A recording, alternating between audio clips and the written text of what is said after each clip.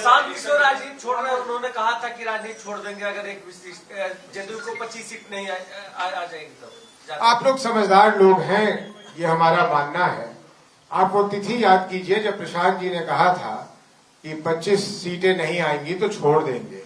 उसके बाद जिस तिजोरी खोलने की, जिन पैसों के बरसात की मैं बात कर रहा हूं, जिससे ये पूरा चुनाव प्रभावित हो गया, तो जब पूरा चुनाव प्रभावित होगा तो वो 25 सीटें बढ़ेंगी, ये बहुत आसानी से लोग समझ सकते हैं। इसलिए उनको, जब प्रशांत जी आपके सामने आएंगे, ये प्रश्न आप उनसे पूछ सकते हैं, मैं उनका स्पोक्स पर्सन नहीं हूं, आप उनसे पूछ लीजिएगा।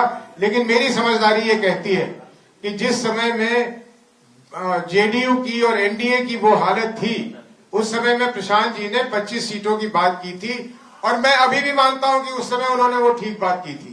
लेकिन उसके बाद के जो घटनाक्रम हुए हैं, उसके बाद जो चीजें हुई हैं, उसके बाद जो वोट खरीदने की बात हुई है, तो 25 सीटों पे वो नहीं रुका। लेकिन फिर भी इसका उत्तर अगर और आपको विस्तार से चाहिए तो प्रशांत जी से पूछिएगा। सवाल क्या जो पलायन का मुद्दा था रोजगार का, वो जनता ने स्वीकार नहीं किया? जनता ने बिल्कुल स्वीकार किया। अगर मैं सोच रहा था कि प्रदेश अध्यक्ष जी उसका उत्तर देंगे, लेकिन मैं बता देता हूं। देखिए, ऐसा है कि जन स्वराज को निराशा है, हम हताश नहीं हैं, हमें वोट नहीं मिले, तो हमारा ये पूछना है अपने आप से भी कि भाई हमारे वोट कहां चले गए।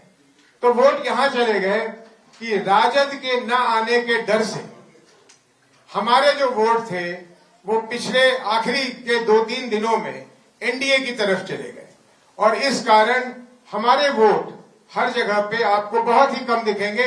हम खुद आश्चर्यचकित हैं कि आखिर ये वोट हमारे गए कहां। लेकिन वोट जाने का मुख्य कारण ये है कि राजद के आने के डर से, मैं महागठबंधन भी नहीं कह रहा हूं, उसमें कांग्रेस से उतनी डर नहीं थी उनको,